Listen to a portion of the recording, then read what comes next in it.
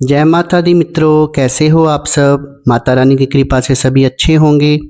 दोस्तों, आज की जो वीडियो है उसमें आपको मैं 2-3 ऐसे उपाय बताऊंगा जो हम अमावस्या के दिन कर सकते हैं और उनको करने से हमारे जो पितृ देवता हैं वो प्रसन्न हो जाते हैं।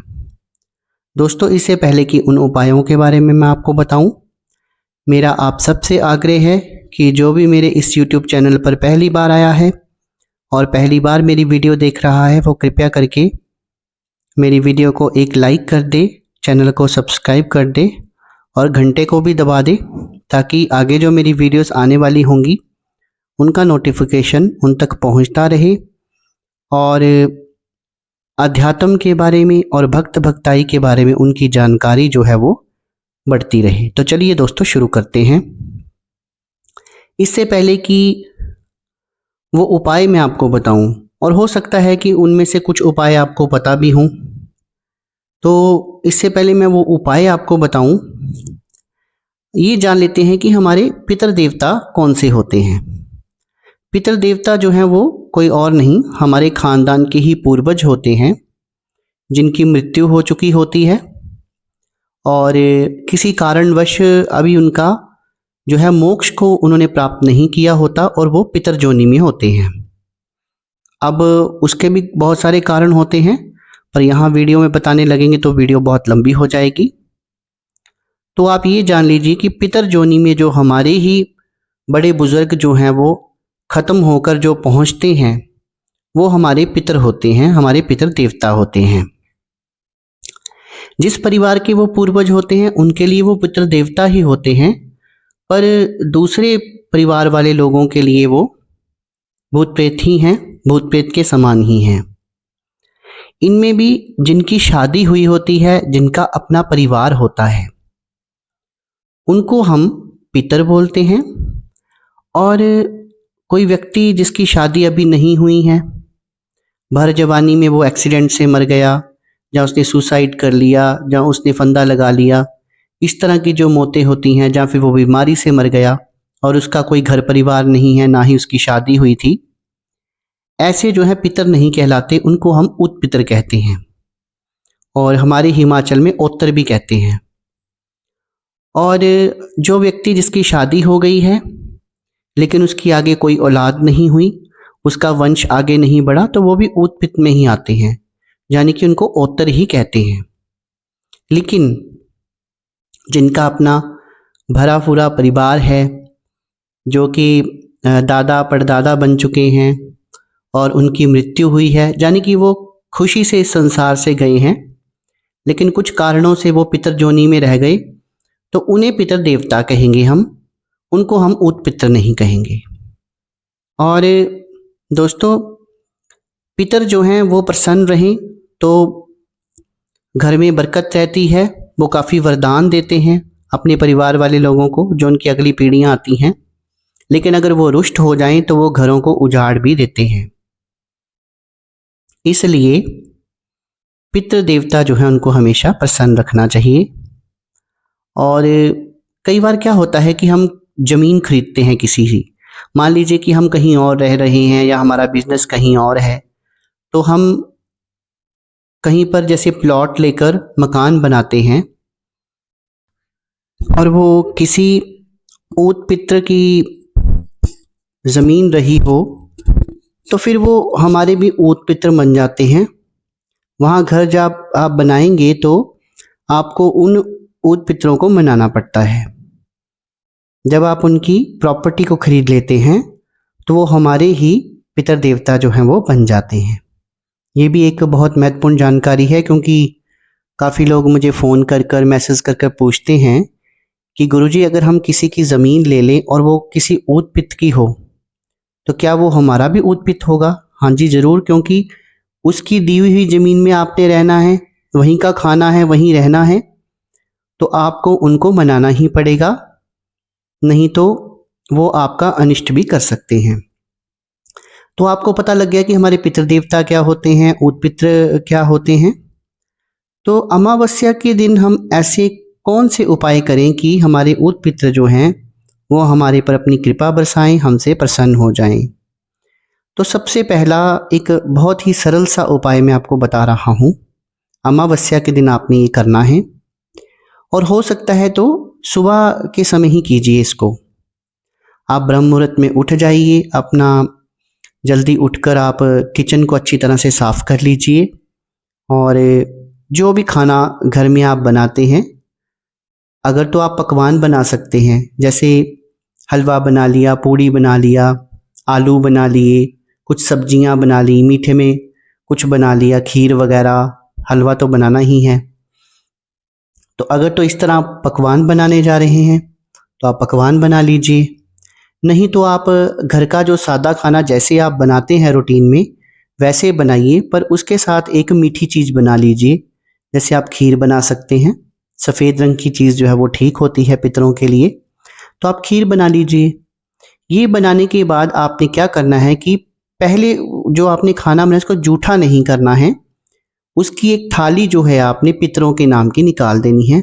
उस थाली में सब्जियां, खीर, पूड़ियाँ, हलवा जो भी आपने बनाया है वो अच्छी तरह सजाकर आपने फिर क्या करना है कि आप घर के कॉरिडोर में, घर के बरामदे में या घर के अंदर भी कर सकते हैं। आपने नीचे पायदान बिछाना है और पायदान बिछाकर पहले एक गड़बी जल की रखनी है। उसके पास आपने एक घी का दीपक जलाना है, एक धूप जलाना है और वहाँ पर 10 रुपये से लेकर जितनी भी आपकी इच्छा है वहाँ पर दक्षिणा रखनी है। और ये जो दक्षिणा होती है ना, इसको आपने जैसे हम 1.25 रुपया 11 रुपये करते हैं वैसे नहीं करना होता। इसको आप 10, 20, 50, 100, 1000 जो भी आप करना चाहते हैं ऐसे करेंगे। हम उसको 11, 51, 101 ऐसे नहीं करेंगे। तो मान लीजिए आप 10 रुपये रखते हैं, फिर आपने थाली भी वहाँ पर साथ में रख देनी है, जो भी खाना है सारा रख देना है। पहले आपने गड़बी में से थोड़ा जल लेकर पूरा वहाँ छिड़क कर जो जगह है, स्थान है, उसको शुद्ध करना है। उसके बाद में आपने वो खाने से भरी थाली जो है उसको वहाँ पर रखना है। एक तरफ पायदान पर आप बैठ जाइए और एक पायदान के सामने आपने वो थाली रख देनी है और पानी रख देना है पास में। पानी से भरा हुआ गिलास भी रख देना है। ये आपने पूरा ऐसे करना है जैसे आप किसी व्यक्ति को खाना खिला रहे हैं। तो आपने ये इमेजिन करना है, आपने अपने पितर देवताओं का आवाहन करना है और मैं आप मन ही मन में सोचना है कि मेरे जितने भी पितर हैं, जिनको मैं जानता हूँ और जिनको मैं नहीं भी जानता, मैं उन सब का आवाहन करता हूँ, उन सब का स्वागत करता हूँ कि वो आकर भोजन को ग्रहण करें। और पितरों का जो मंत्र है, ओम सर्व पितृ देवतेभ्यो नमः ओम, इसका उच्चारण भी आप 3 बार कर सकते हैं। और आप अगर गर्मियां हैं तो आप एक छोटी सी पंखी ले लीजिए और उस पायदान पर ऐसे आपने सोचना है, इमेजिन करना है कि हमारे पितर बैठे हैं, वो खाना खा रहे हैं और हम पंखे से उनको झोल रहे हैं। इसमें आपको किसी पंडित को बुलाने की जरूरत भी नहीं है। अगर तो कोई पंडित आ जाते हैं तो ठीक है, 3 पंडित कर लो, 5 कर लो, 7 कर लो। लेकिन अगर नहीं है तो आपको कोई ज़रूरत नहीं है। आपने ऐसे ही 10-15 मिनट बैठना है और जैसे कि 10-15 मिनट एक व्यक्ति खाना खाने में लगाता है, उसी तरह आपने उस पायदान जो आपने थाली आगे रखी है खाने की और पानी वगैरह रखा हुआ है, वहाँ पर खाना परोसा हुआ है, उसके पास आपने बैठे रहना है। फिर 15 मिनट के बाद आपने वो थाली उठानी है और वो जो भोजन है उसके छोटे छोटे टुकड़े कर कर आप छत के ऊपर रख सकते हैं, ताकि पक्षी वगैरह जो हैं वो उसको खा जाएं। कौवा जो है, आप उस दिन जैसे ही आप पितरों के भोजन की तैयारी करेंगे तो कौवे जरूर आते हैं, तो आपने छत के ऊपर डाल देना है। इसमें से आप एक भाग जो है वो कुत्ते के लिए भी रख सकते हैं, गाय के लिए रख सकते हैं और चींटियों के लिए रख सकते हैं, और पक्षियों को तो आपने डाल ही दिया। ये एक बहुत ही अच्छा उपाय है और बहुत आसान उपाय है जो आप हर अमावस्या टू अमावस्या कर सकते हैं। और वो जो 10 रुपये होंगे उनको आप एक डिब्बी में इकट्ठे करते जाइए और पूरे साल के जितने इकट्ठे होंगे वो किसी ज़रूरतमंद व्यक्ति को दे के आइए। और किसी शुभ कार्य में या मंदिर में इसको ना चढ़ाएं। कोशिश करें कि कोई बहुत ही ज़रूरतमंद व्यक्ति है उसको वो पैसे आपने देने हैं। दूसरा उपाय जो मैं आपको बताने जा रहा हूँ वो भी बहुत सरल उपाय है। जो भी आपके घर का पानी का स्रोत है, जो वाटर सप्लाई जिसे हम कहते हैं, सुबह सुबह या शाम के टाइम कुछ वक्त होता है जिसमें हमारे घरों में पानी आता है, तो वो वाला नल जो आपके घर में है उसके पास आपने 2 घी के दीपक जलाने हैं। और ये 2 घी के दीपक जो हैं वो शाम के समय जलाने हैं और कोई जैसे 6:30-7 बजे के टाइम के आसपास आपने जलाने हैं, बहुत लेट रात को नहीं जलाने हैं। तो हर अमावस्या को आप ये उपाय भी कर सकते हैं, ये उपाय भी बहुत कारगर सिद्ध होता है। तो इन दोनों उपायों को आप करो, हो सकता है आपके इस उपाय से पितृदेव जो हैं वो आपके ऊपर प्रसन्न हो जाएं, या पितृदेव जो पहले आपसे रुष्ट हो गए थे वो आप पर खुश हो जाएं, उनकी कृपा आप पर दोबारा बरसने लगे। और पितर अगर खुश हो जाएं तो बहुत वरदान भी देते हैं, आपको पितरों के दर्शन भी हो सकते हैं इन कार्यों को करने से। एक कार्य आप और कर सकते हैं, वो तो आप पूरे वर्ष में कभी भी कर सकते हैं, अमावस्या को भी कर सकते हैं। आप उनके नाम के कपड़े निकालिए। जैसे किसी पितर के बारे में आपको पता है, वैसे सभी पितरों के नाम के आपने कपड़े निकालने हैं और उनमें एक सफ़ेद रंग का कपड़ा जरूर रखना है। जैसे आप अपनी अंडर शर्ट रख लीजिए और कोशिश कीजिए कि या तो घर के सदस्यों में से कोई पुरुष उसको पहन ले, स्त्रियां नहीं पहनेंगी, या फिर किसी ज़रूरतमंद को अगर आपने देना है तो वो भी पुरुष होना चाहिए, स्त्री नहीं होनी चाहिए। तो इस प्रकार भी आप कर सकते हैं और ये साल के किसी भी दिन आप कर सकते हैं, इसकी कोई पाबंदी जो है वो नहीं है। कई लोग दोस्तों पितरों की भी पूजा करते हैं। पितरों की पूजा करने से उनको उनके दर्शन भी होते हैं और कई तरह के लाभ भी प्राप्त होते हैं।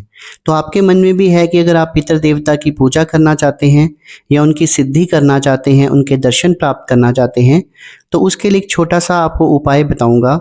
आपने घी का दीपक जलाना है और वो आप अमावस्या के दिन से शुरू कर लीजिए।